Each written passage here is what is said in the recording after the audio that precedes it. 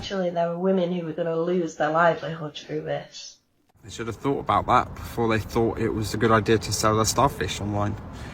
Go get a proper job. I wasn't happy doing it. Like, it almost felt like I wanted to like go towards something I desired more. It made my name look bad. Like, being on, it was more like, oh, she's an old girl, and that's just not someone who I wanted to be known as. If it isn't the consequences of her own actions, oh, it's about to get interesting. Get your popcorn ready, because a lot of people who once laughed at accountability are suddenly learning what it feels like to face it head on. Before we dive in, drop a comment. Are modern men more delusional, or is it the ladies? Hit like and subscribe so you don't miss what we expose next. Now, let's talk about it. You see, for years, some of these online personalities lived in a fantasy, believing that selling an image, not a skill, was a career path with no expiration date. They thought the good times would last forever, easy money, endless validation, and attention on tap. But reality doesn't care about followers. When that digital bubble bursts, it forces people to remember that looks fade, algorithms change, and the market always moves on to the next trend. So now, we're witnessing what happens when that illusion crashes into real life. Bills, responsibilities, and no backup plan. It's not karma. It's just cause and effect. Actions have consequences, and the internet always collects. Stop. It's probably like the beginning of this year. Why? If it was lucrative, you should have kept running it up. It definitely was lucrative, but I felt like I just didn't like going into these bigger meetings, and like once they hear the words, they kind of just turn the cheek, or like they have a certain perspective about you. So it was like, it benefited me very well, but at the same time, I just am in a different phase in my life. I'm getting older. I have nephews and nieces. I really give a about how they feel about me and what they see about me. And it just kind of like, just, you know, organically just was like, this doesn't feel right. 3 things that I wish I would have known as a young. Number 1, my self-worth. 2, money isn't everything. Number 3, the damage that did to my mental health. I've lost my whole family, and it sucks. So a lot of times when people ask me if they should do porn, I tell them no. I tell them that it makes life really hard. It makes dating really hard. It makes your family life really hard. It makes intimacy hard. You're putting yourself out there, and the world is now judging you. You have to be okay with being shamed every day of your life. I don't even want to have children because I'm worried of the way that people will treat my child. Recently, I wanted to go visit him, and he said that I can't go visit because his wife, my stepmom, doesn't want me there. I'm not allowed to go visit my dad anymore because my stepmom doesn't like that I do. But then he told me that when I was like, can we like go get coffee and like we could go like get breakfast, and he's like, I don't want to be seen in public with you. And that just hurt so bad, and it sucks. It's wild how people can see the warning signs and still sprint straight toward the cliff. When someone says selling your soul for money will destroy your life and reputation, it's not just a metaphor. It's a pattern we've watched play out over and over. The truth is, most of them did know what they were getting into. They just didn't care. Not while the cash was rolling in. The DMAs were flooded, and the validation felt endless. That quick dopamine hit blinded them to the long-term cost. Because here's the thing, easy money always comes with a hidden price tag. You might not pay it in dollars, but you'll pay it in peace, in respect, and in how people see you once the spotlight fades. They thought they were building independence, but really, they were trading integrity for attention. And when that attention moves on, which it always does, all that's left is regret, reputation damage, and the realization that the bag wasn't worth the burden. Why I'm not a full-time dancer anymore and my money habits as a dancer. We left off in March, which was the last consistent and good month that I've had to date. My first year as a dancer, transparency, I made $130,000, but as y'all saw in part 1, I made $100K of that in the first 3 months. then literally the rest of the year, I scraped another 30K. I eventually got really tired of like relying on my savings and wasting my time going to the club because that's what it felt like and that's what it feels like now. Like, don't get me wrong, I love hanging out with my homegirls and like the environment, at least at my club, is pretty chill. But I don't want to be spending money to be hanging out with my homegirls. I could hang out with them for free. So I eventually got a job, and that's why I've been away for 2 years. The main reason I shut down my OF was because a friend at work found my OF somehow, and I guess I told him my stage name and wasn't thinking, and he subscribed, and I had videos on there from like way back in the day, like so many different hairstyles, so many different weights, so many different pregnancies, and being fat and just doing things like crazy like and things I didn't want someone that I worked with, especially a friend, to see. And then a second person that I worked with in my department mentioned my OF and subscribing to it, and it freaked me out. And the thought of the people that I work with every day seeing me like that, seeing me fat and naked and doing all these and just in that light, it freaked me out, and I shut it down at work like that.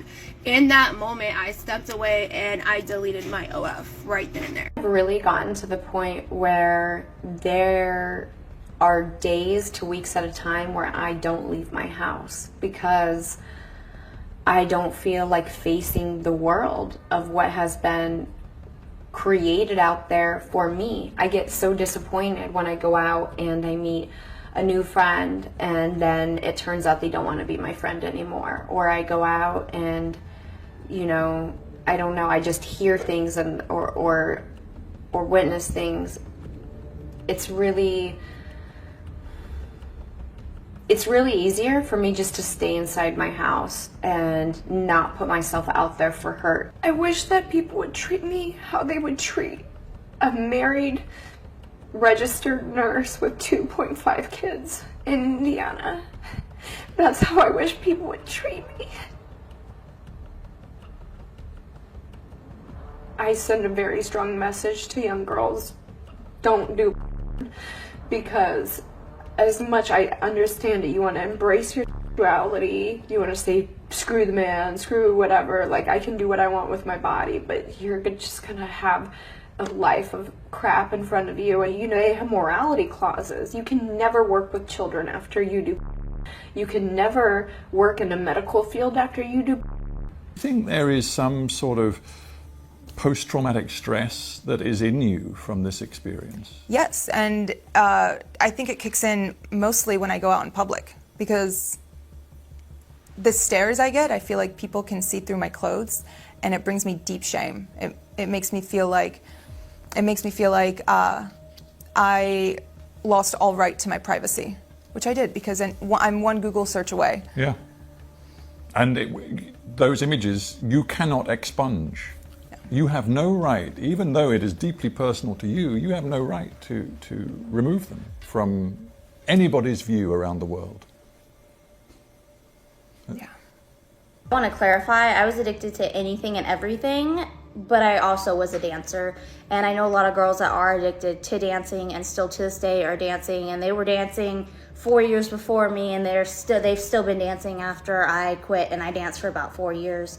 I think it's a very addictive lifestyle because you get used to instant gratification, a lot of attention, instant money. I think the club definitely enabled my use though, because it was really normalized. The only reason why I got sober and quit dancing is because I met my husband, and me and my husband wanted to start a family, so I decided to get sober so that I could get pregnant. I got pregnant right away, so I stayed sober. And we talked about me going back to dancing if I wanted to after we had our son. But then once we had our son, I just never wanted to leave my kid. That's just how it worked out. I just stopped because I just had a kid and I didn't want to leave my kid. You say like you were in the traditional corn industry? Just OF. How long have you been doing it for? About 3 years. 3 years, okay. And when you say you're trying to get out of it, what do you mean? Yeah, I started it on a whim, got really famous really quickly, so didn't have any time to really think about it.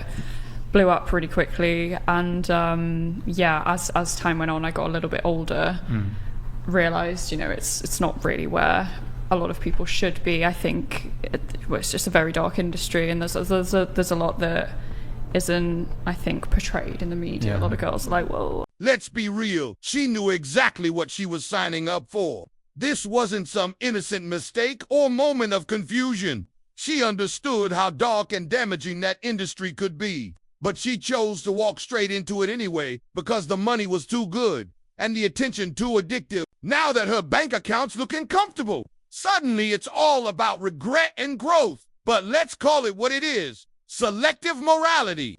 When the bag was flowing, the conscience was quiet. Only when the spotlight dimmed did the guilt appear. And that's the part people don't like to admit. Accountability doesn't hit until the consequences do. She's not a victim. She's a grown adult who made calculated choices. You can't play the game, cash the checks, and then cry foul when reality finally calls the debt due. To make $4 million a month doing OF. Don't even think about it. I need you to understand that this Sophie Rain chick is an anomaly. It's not to say that there aren't high earners on the platform, but I promise you, you're not gonna be one of them. The industry is oversaturated. If you aren't already in it, I genuinely would not recommend joining. You're not gonna make $4 million in a month. You know what's gonna happen? Everyone that you don't want to sub, they're gonna be the first ones to sub. Your old high school teachers, your family, your old coworkers, your friends, your exes. Like, I swear to God, they're gonna be the first ones to do it. I know what you're thinking. Well, for $4 million a month, like, I could look past that. You are not gonna be making that. The average creator on the platform earns like less than $500 a month. I think the actual statistic is like less than $200 a month. Don't quote me on that, but just trust me, unless you already have some sort of large... Exactly. They're not naive. They're not blind. And they're definitely not victims of circumstance. They know exactly what they're doing, and they know it comes with consequences. But when fast money dangles in front of them, logic goes out the window. They convince themselves that cash can fill the emptiness they feel, not realizing that the hole only gets deeper the longer they chase it. But let's be honest, this problem doesn't exist in isolation. The women selling aren't the only ones fueling it. The men funding this mess are just as guilty. Every time a man opens his wallet to reward that kind of behavior, he's reinforcing the very system he complains about. We talk about accountability for women, and that's valid, but where's the accountability for the men who keep enabling the cycle? You can't complain about the state of modern dating while being the reason the standards keep dropping. If the simps stopped paying for fantasy, the illusion would collapse overnight. But as long as validation has a price tag and someone's willing to buy it, the cycle of degeneracy keeps spinning and both sides end up losing. And I regret it badly. I'm really outing myself here, but maybe this video will help some people. I did OF for about 3 months. You will do some cringy. So I signed with an agency towards the end, and they kind of took all rights of my OF, and they were making me do some cringy TikToks that just did not sit right with me. So I think like after doing that was when I was like, this is actually not who I am. And not who I want to be on the internet at all. I wish I had thought about it much harder than I did because I regret it. And I wish I didn't do that. It was a weird part of my life. 29, I'm dancing on stage, and as I'm dancing, my song completely like stopped, and I heard a worship song playing. I look at the DJ and he's kind of like giving me like a thumbs up, like I'm doing a good job, you know? But I'm very puzzled because I'm like, why would he do that to me? I felt so humiliated.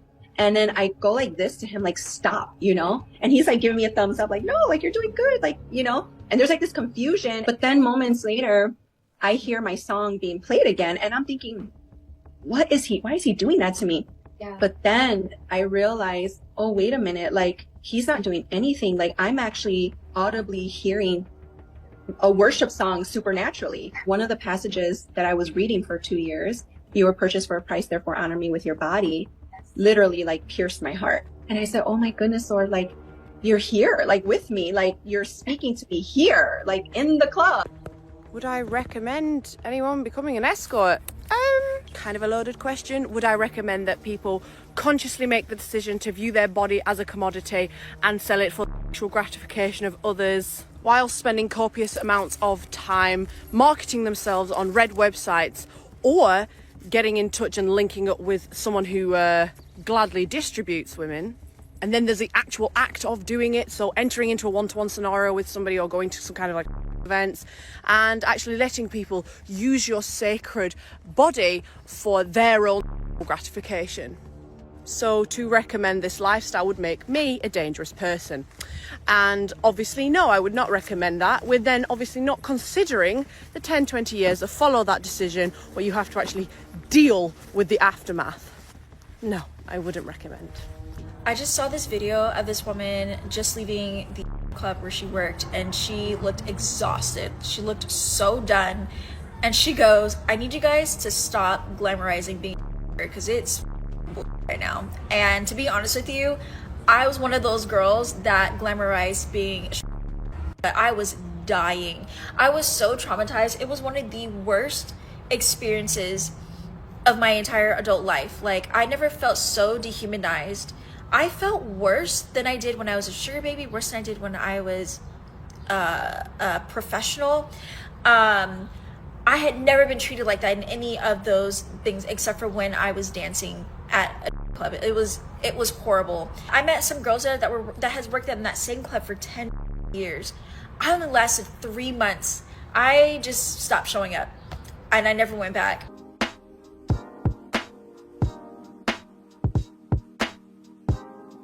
You can always tell when someone's trying way too hard to sell a dream they don't even live. He's out here pushing a marketing success course, but the only thing he's actually mastered is marketing himself as the product. Let's be honest, nobody's buying it because people are finally waking up. You can't fake credibility forever. When your expertise is built on buzzwords, borrowed quotes, and a rented lifestyle, it starts to show. The audience has gotten smarter. They're tired of the fake gurus who preach hustle while secretly struggling behind the scenes. Because real success doesn't need to be sold in a course. It speaks for itself. So no, he's not fooling anyone. The illusion is cracking, and the internet always exposes those who build an image on smoke and mirrors. Started this has just slowly been on such a decline. I feel a little bit dead inside. I feel completely desensitized. Not to sound funny, but I really don't feel any type of desire or attraction to men in general anymore. Just know that if you are a person who's ever been interested in doing this, there really are so many downsides. At this point, and I'm willing to admit this now, there's no amount of money that you can give me right now to make me feel like giving myself away in certain aspects, even if they're just a few photos or whatever online. It almost isn't worth it anymore. And while I did have such a strong start and it was so much fun in the beginning, after getting burnt out, I started to just feel really differently about the types of messages that I was getting. Seriously, if I had any type of ability to share the things that people have said, just how disgusting they are. And also when I get curious and nosy sometimes, I'll go look at their profile and they have a whole girlfriend or a whole wife, and sometimes even disgustingly enough they have kids. It makes me feel so conflicted with doing this. January 1st, 2023, and 2022 I quit dancing at the club, and I just wanted to talk about why, because it really was not a conscious decision that I was just okay, this is my last time at the club. I did not plan it out. My body basically was just no, we're not doing this anymore. I would get home and I would have the shakes so bad. And then even then I wasn't so sensitive to my body that even that bothered me. So I'd be oh, whatever, maybe I'm just anxious, and I was supposed to go to bed.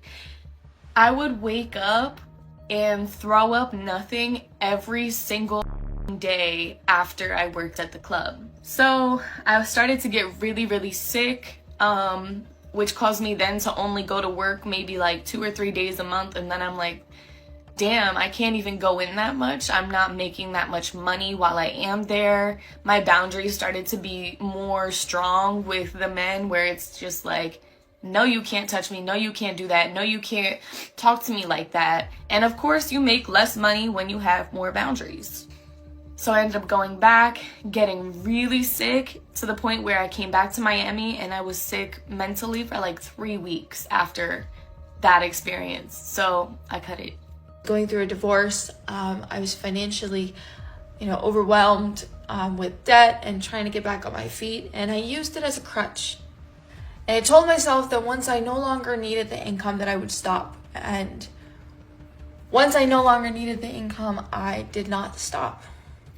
So a couple months ago, I started to feel something telling me that I didn't want to do this anymore.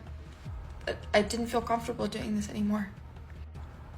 I was letting the messages pile up. I didn't want to respond to anyone. I didn't want to post content, didn't want to take photos. I didn't feel comfortable doing so. I was also so focused on my fitness journey and losing weight, I felt like I was losing all of my femininity. It's been a hard balance of trying to be empowered as a woman, but also adhere and try to listen to the word of God and what he's telling me. And I feel like he's telling me that I've been causing too many people to stumble for too long. They say smart people learn from other people's mistakes, fools learn from their own. I was very much a fool in most of my decisions. Even with all the success that you've had, you're an incredible mother now, businesswoman, you're working with Playboy, you still look back on that and you still feel ashamed? Yeah, I don't like the fact that people can see me naked on the internet or can see those things happening to me. I think that it's gross. That is crazy that you can build this whole life and you still feel ashamed.